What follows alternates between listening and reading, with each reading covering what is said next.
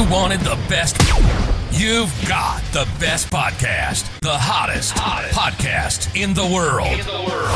The Chris Voss Show, the preeminent podcast with guests so smart you may experience serious brain bleed. The CEOs, authors, thought leaders, visionaries, and motivators.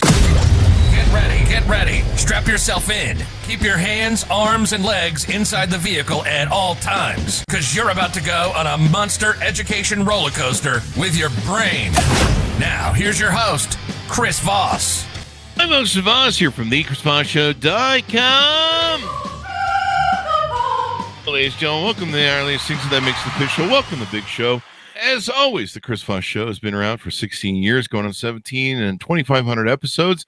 Go refer the show to your family, friends, and relatives. Go to goodreads.com/Chris Voss, linkedin.com/Chris Voss, Chris Voss1 on the TikTokity, and all those crazy places on the internet. Opinions expressed by guests on the podcast are solely their own and do not necessarily reflect the opinions of the host or the Chris Voss Show. Some guests of the show may buy advertising on the podcast, but it is not an endorsement or review of any kind. Today we're going to be talking about businesses being prepared for crises and how to fix stuff before it's too late. So we're going to get into it with that. Today we have Mike Swenson on the show of Strategic Communication. He retired in 2021 after a career as a broadcast journalist, press secretary to a governor, and founder and leader of a successful public relations firm. He founded Barclay Public Relations in 1987. What began as a regional public relations firm is today a national leader in influencer relations, purpose branding, employee engagement, and crisis management. He became a nationally recognized leader in both cause branding and crisis management. And he also served as a global president of IPREX, a collaboration of more than 100 independent public relation firms. Welcome to the show. How are you, Mike?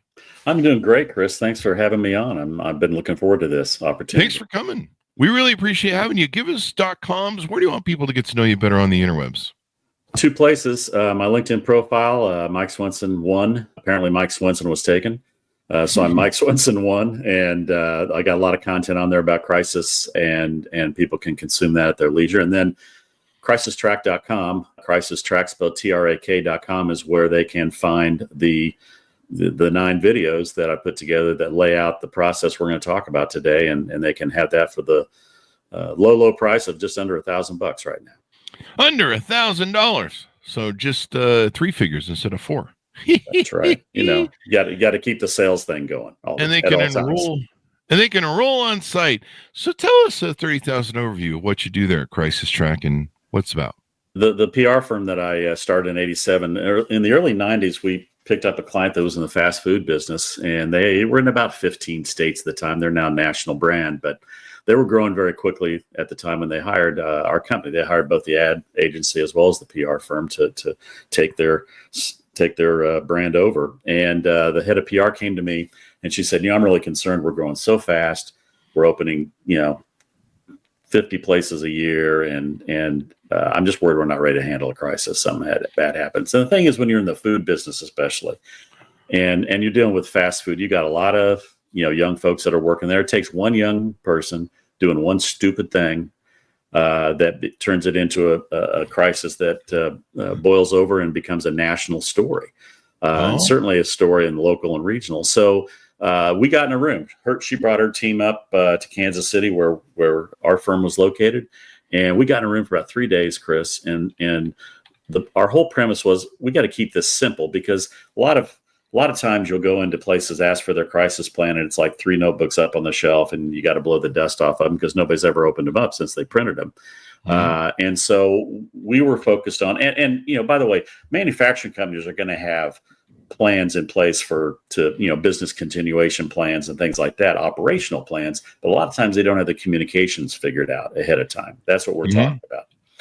So we came up with 5 steps. It's identify your team, because most places don't even know who to turn to when the crisis hits. So now let's assign a group of people. And if it's a large enough company, you might have 6 or 8 people. If you're a 5-person company, it might be everybody. Guess what? You got one more thing to do. But now we at least know, okay, when the crisis happens, it's this group of people going to manage it. Let's get that group of people together, identify what all the risks are, What are all the things that can go wrong? And that's always an eye-opening experience because, Chris, if you and I are on the team and you're going to bring your list in, I'm going to bring my list in. There's going to be some overlap, but I'm going to come up with stuff you haven't thought of and vice versa. So let's grasp the fact that all these possible things could happen to us. Now, at least we understand the gravity of it, if you will. Third, let's make sure let's identify the simple steps we need to take regardless of what the crisis is. There's always steps that have to be taken in terms of who you're going to communicate to, all that stuff. Let's get those down and understand that these are the first X number of things we're going to do. Fourth, we're going to create messages for all of those risks so that when a crisis happens, we don't have to get in a room and take 90 minutes to figure out what we're going to say. We know what we're going to say ahead of time. We can create a quick message, get it out the door, and be open and transparent right from the get-go. Fifth step, who's going to say those messages? Who's the ongoing spokesperson going to be? And that's it. It's those 5 steps.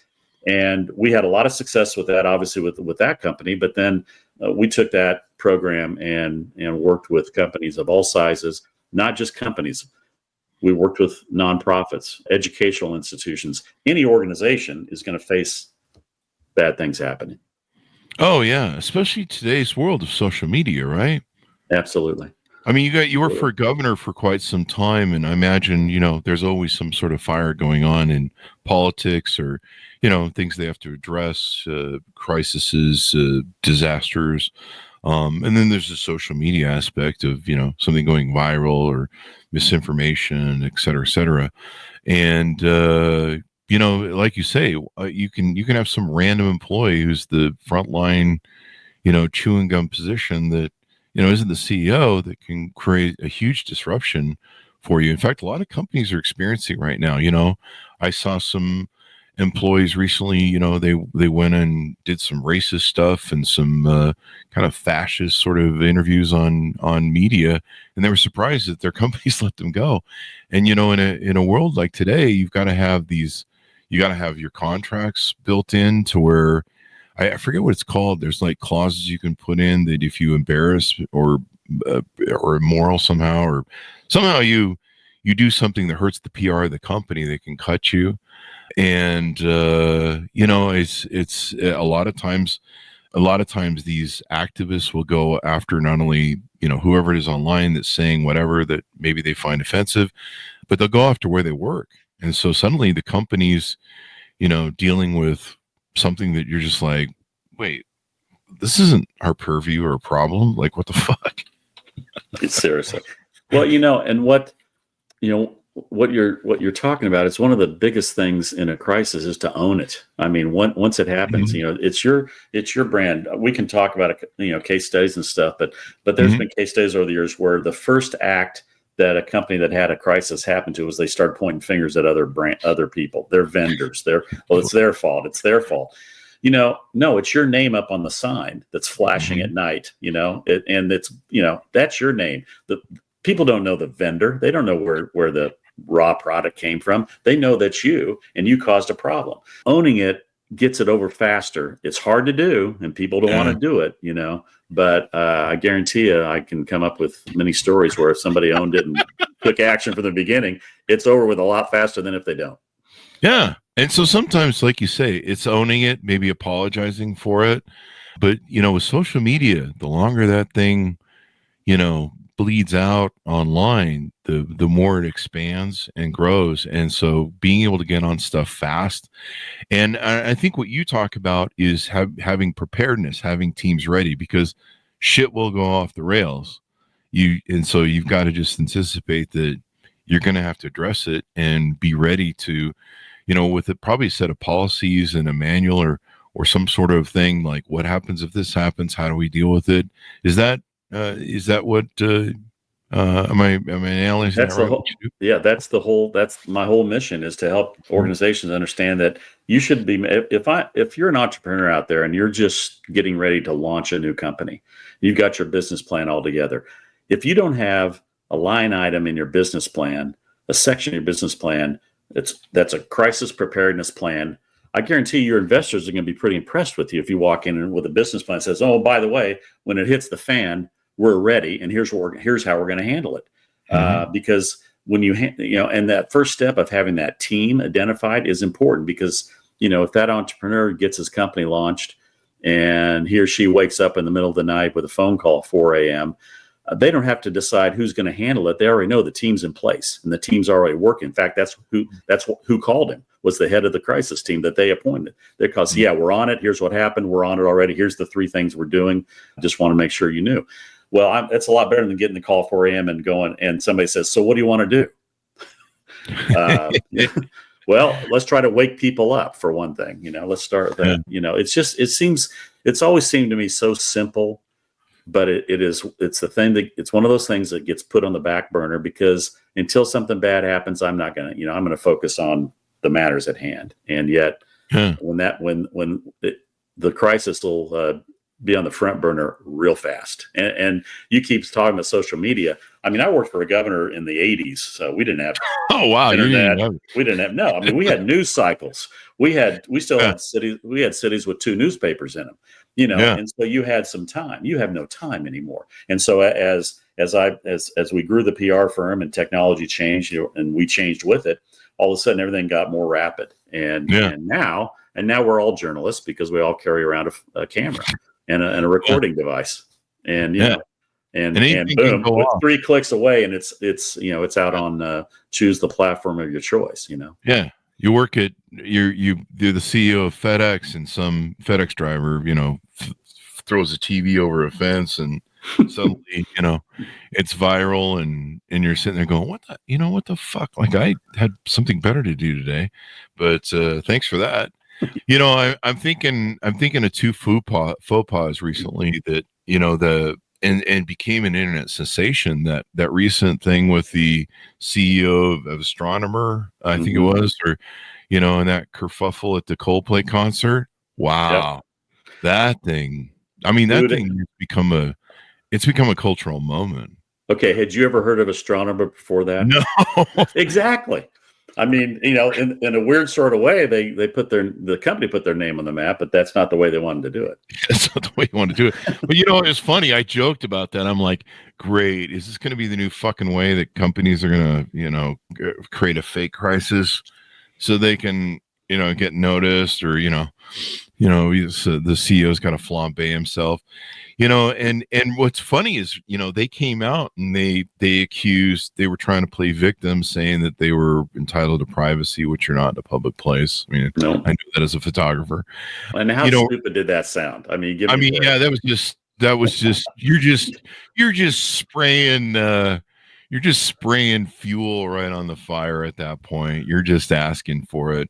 And people generally want to see a human moment, a mea culpa.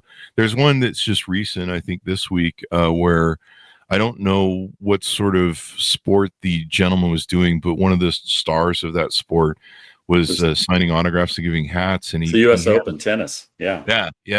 He handed a hat to this young boy, and this CEO, which turns out to be a CEO of a company, this dude just rips it right out of his hand and just is like, has this FU sort of attitude about the whole thing. And then he pissed backwards again too, just trying to, accuse the internet of being like, well, whatever. It's just, I mean, it's kind of interesting, the entitlement sort of thing. It seems like entitlement's easy part of the problem. It totally is, and that, you have to, and again, so think about how the leadership, the board of directors at Astronomer handled it. They jumped in very quickly and took care of business. I think they should have moved faster. They seem to take. Well, yeah, I know. In this day and age, it's like if it doesn't happen immediately, we're all. Yeah. But I think they probably had to take a little. I mean, the irony was that she was the head of HR too. I mean, that was the icing on the cake. That's what I do when I meet with the employees. I get the HR involved in the crime. So smart move there, buddy. Unbelievable. Yeah. That's what I do as the CEO. I just take the HR director with me. So if I ever have any faux pas, I'll be like, well, she endorsed it. She was right here. Yeah, she's right here. She's right here. She's in charge. And Coldplay, they got a resurgence. I mean, all of a sudden, nobody's been thinking about them for years. So. Oh, yeah. Yeah, I didn't know anybody. I mean, really, the crime was that someone was listening to them. Oh, no, I'm just kidding. I'm sure Coldplay is nice. I'm a Metallica fan, so I can tell those jokes, people. Absolutely. Anyway. And so what you do is you help these businesses get prepared for these crises. You help be ready in anticipation because they're going to happen. You've got some stats here on your website. 40% of businesses never reopen after a major crisis or disaster. 75% of companies without a crisis plan fail within 3 years of a major incident. It takes an average of 47 weeks to rebuild reputation after crisis. If you ever do again, I mean, there's some places that I don't trust for shit. After that Equifax credit reporting thing, like if you expose my data and hackers get into my system because you're like really lazy and cheap and you left everyone's password and identities in a text file, you can't ever get my regards back. Like I still hate Walmart for, I don't know, 20 years ago when it had its first hack or something, because I still get shit from it. Like I still get messages of like, you just bought an iPhone. No, I didn't. In Alabama. I don't live in Alabama. It's just it pisses me off, and I think there should be higher legal liabilities for companies that are sloppy with this thing. But that's another thing. But even like recently, one of my favorite restaurants, there's a row of restaurants in an old part of downtown Salt Lake City. They caught fire and burnt down. And now they're trying to figure out which way is up. That's probably another major disaster you have to be aware of is, what happens if flood or fire or different things? How do we deal with this? And what are, how do we resolve out of this? Yeah. And those stats, they're definitely alarming. And what people need to understand is it doesn't mean that the crisis happens and 2 weeks later, the company's out of business. It's the slow burn. Because if they aren't ready to handle it right out of the chute, they don't have their team in place, they don't have their steps in place, they don't have their message. I mean, if they're just slow to get going, then people are looking on, their customers are looking on, going, what the hell's going on? And if I'm an employee at that company, I'm like, now it's impacting me because my company's not handling this very well, and I got to go home at night. My neighbor's going, what the hell's going on at your place? What's going on? And if you've got a plan in place, that employee is going to be able to go home to his neighbor and say, well, yeah, you're right, but here's what we're doing. We're on top of it and we're fixing it. So, don't worry. And then you've got prospective customers, the people you've been trying to get in the door. Now they're looking on and they're watching you, how you handle this. And if it's out in the public, and, so the impact rolls through. Well, so then that company may be able to stay in business for 2 or 3 more years, but they didn't handle it well. They started losing business. It started eroding slowly. The pipeline of prospects was drying up, and then boom, 5 years later, they are out of business. But it was a slow decline. And I'm looking at, one of the things I've noticed, and I don't have any data on this, but it's just watching things happen. But after COVID, it seems like we're in a spate of things where restaurants now are starting to close down. We've had several in Kansas City, shut down, and they've been around a long time. And I think COVID kind of separated, those that figured out how to handle COVID and work and keep the business going, and those that didn't. And now we're seeing some of that fallout. It's like they just struggled and couldn't keep it going. I don't know if that's true or not, but I feel like that's an example. But to me, that's an example of the long-term impact by not handling something well. It may not hit you for 3 or 4 years, but it could hit you if you don't fix it. Yeah. Sometimes you lose your best customers. Sometimes you lose the people that trust you the most, and you're just kind of left. And sometimes it is a slow drag. I've watched a lot of businesses, and I used to loan money to companies that were struggling, and I would go in, and it's usually a long sort of tail where the entrepreneur or whoever's running it is still trying to drag it and pump life into it and keep it. And it takes usually a while to die. But one thing we were joking about before the show is all the times the Chris Voss Show has had different issues, whether it's gotten hacked or whether GoDaddy has decided it just wants to hide our website. And you're like, you call them and they're like, yeah, we know we have an issue, we're fixing it. But check back in 48 hours and maybe it'll be fine. That's 48 hours of business I'm losing. Yeah, it's not my fault. It's not your fault, And that happens a lot too. That's what people have to understand too, is that crises can happen to you. It's not you. You're doing everything perfectly. You're fine. but somebody that you work with has a crisis and it impacts you. So like GoDaddy had some problem they had in their platform, and it impacted, probably just wasn't you, it's probably several other customers of theirs that are impacted. But now you got to handle it, because again, it's the Chris Voss show. It's not the GoDaddy show. It's your show. And so you got to deal with it and make sure your customers, your listeners, viewers know, this is a problem, but we're fixing it. We're on top of it. Because you lose reputation too. Like I've had people, we have things that let us know when the website goes down for any reason, but I think it's Securify. But sometimes we don't look at the message. Sometimes we miss it. Sometimes we're busy doing stuff, and so we don't see it. Or sometimes it's the middle of the night. That's usually when shit always goes wrong, and you wake up with everything on fire, and you're like, "What's going on? What happened in the middle of the night?" Like we had a hack come in. Like I was talking to you before the show, we had a hack come in off a trackback comment that I guess you can put pixels on, and they got in through the pixels, and like 4:30 in the morning, they were fucking running around our website making a mess. And fortunately we have backups, and we have we enhanced our malware after that. I didn't know you could get in through those things, but it's crazy. And so if GoDaddy just has us down for a while, or one of my favorite things is we're upgrading the server, we have to wait 48 hours for them to get their shit done, and sometimes for a while the site's down. People come to it. I've had people message me and go, "Hey man, does your site work anymore?" And you're like, yeah, last time I was on it a couple hours ago.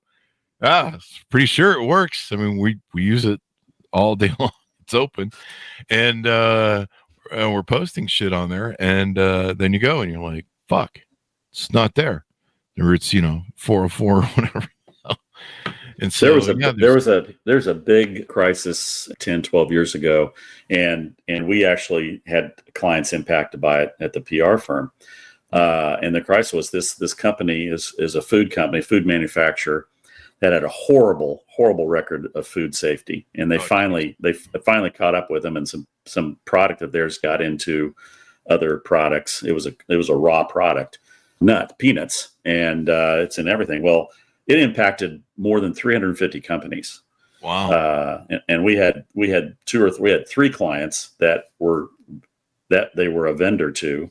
We had an ice cream client. We had a couple of restaurant brands, and all of a sudden, some people got sick somewhere. They traced it back to that company, and now it's a national problem for over 350 brands.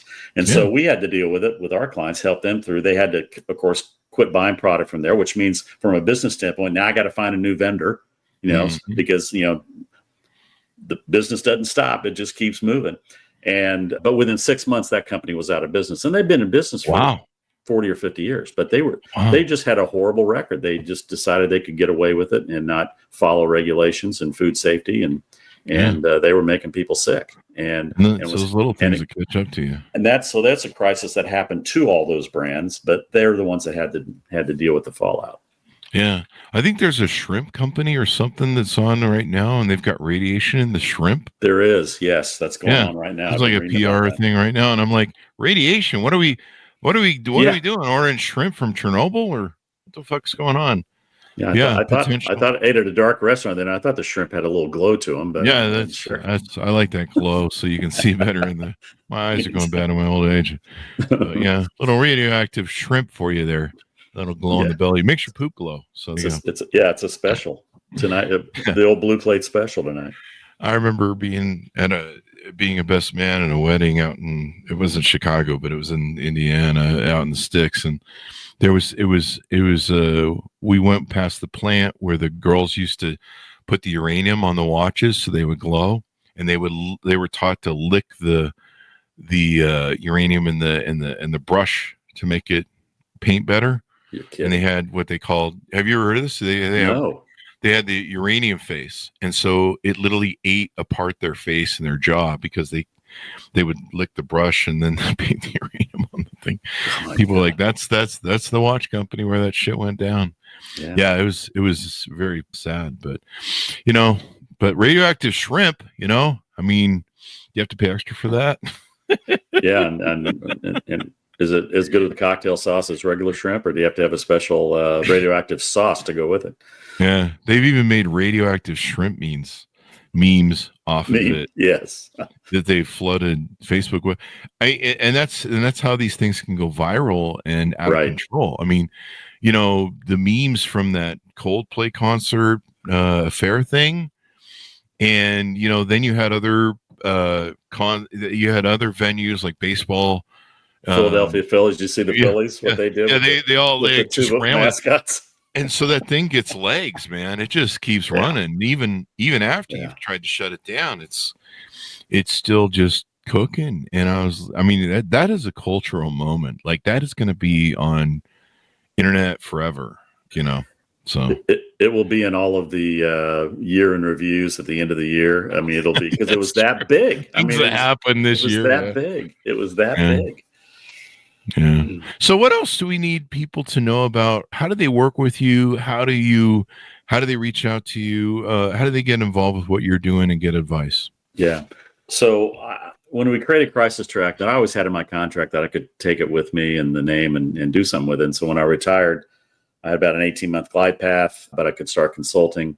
I got really busy during COVID. And so I had my Crisis Track on the back burner, but what I've done is created 9 videos. That's at crisistrack.com. And in those videos, I explain in detail how you can do this on your own. It's 5 steps, and I go into detail, provide additional help in that. And if a company enrolls and buys the videos and goes through it, and they run into a hurdle or something, they can reach out to me. I'll get on a Zoom with them, a phone call, whatever, and help them get through that and make sure they fix it. But the simplicity of it, Chris, is what's great, because I can, as a head of a company, can appoint somebody to be the head of this crisis team and say, okay, let's put this in place. Let's put these 5 steps in place, and let's do that. And it's that simple. And that's what my mission is right now, is to get it out there. If I make a dime or two, that's fine. I'm not worried about that. What I really am worried about is companies just not realizing that bad things are going to happen. So that's what they can do, is go to crisistrack.com, and I'm available if they run into hurdles. But I think the videos are pretty self-explanatory. And like I said, there are a lot of repeat in them, but it kind of just goes through very detailed. Here's how you do it, and create your own crisis plan. And then you're going to sleep better at night. And I don't know, there's nothing people want more than be able to sleep better at night, have one less thing to worry about. Yeah. That's what we're trying to do. Yeah. Preparedness. What's that old Boy Scout thing? Preparedness. Always be prepared. That's one of the things I learned in the Boy Scouts. But yeah, a lot of people just think, they just, nothing's going to happen to us. That happens to big companies, or, this happens to that, or, Yeah, it's like insurance. I mean, there's certain things we have to have insurance for. We buy a house or a car, we have to have insurance. We don't have to insure our personal stuff. We don't have to insure other things necessarily. And that's kind of what crisis plan is. It's like, it's an insurance policy I'm not sure I really care about right now. I know in the back of my mind it's the right thing to do. What Crisis Track does is make it as easy as possible for them to check that box off and understand that they're ready. They've got the team in place. They know what they're going to do, and they know what they're going to say. There you go. So give people a final pitch out. Tell them how to onboard as we go out, and we'll take it from there. LinkedIn.com, Mike Swenson 1, and got a lot of content there that'll help you get started. And then crisistrack.com is where they can roll and get the videos. And look forward to helping. If one person today got online and enrolled and got it going, I consider this day as a big success, because one at a time is how it seems to go with this part of communications. Yeah. Thank you very much for coming on the show. We really appreciate it, Mike. Thanks, Chris. Take care. Thank you. And thanks, John, for tuning in. Go to goodreads.com/Chris Voss, LinkedIn.com/Chris Voss, Chris Voss 1, the TikTokity, and all those crazy places on the internet. Be good to each other. Stay safe. We'll see you guys next time. Well, that fell right into